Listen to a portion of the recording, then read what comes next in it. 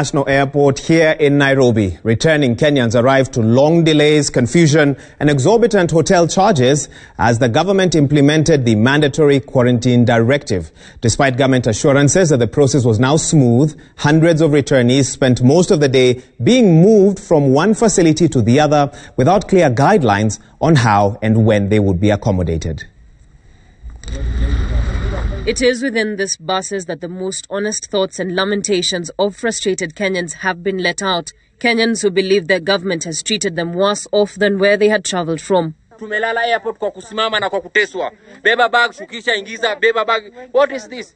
Since jana saa 8 in the airport, hakuna kitu tumepewa, hata maji, hata lishe, chakula, tumelala kwa floor. Hatujaoga, tunanuka.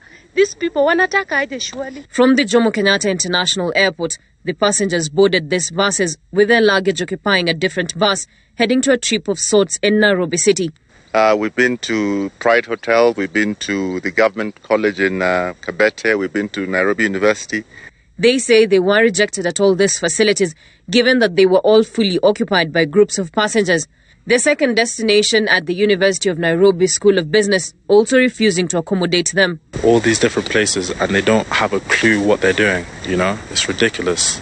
The decision by the government to have all those who land in the country undergo a mandatory quarantine at their own cost was arrived at after realization that some of those jetting in were going against the 14-day self-quarantine rule.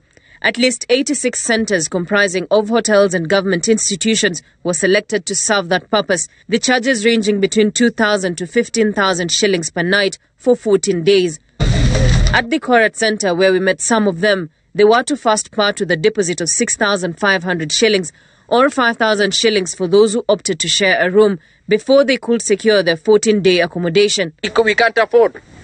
What we can afford is negotiable to what is in our pocket. We are laborers. There are some people here who have not been working for a very long time. They get here, they are asked to pay that amount of money. It's really saddening. While acknowledging the nightmare in accommodating the returnees, Health Cabinet Secretary Mutahi Kagwe insists it is for the good of the country.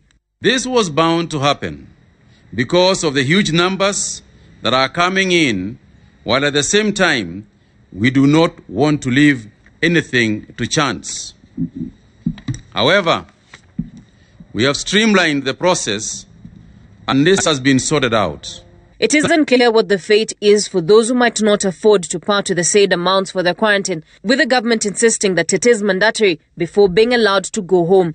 Raquel Muigai, Citizen TV.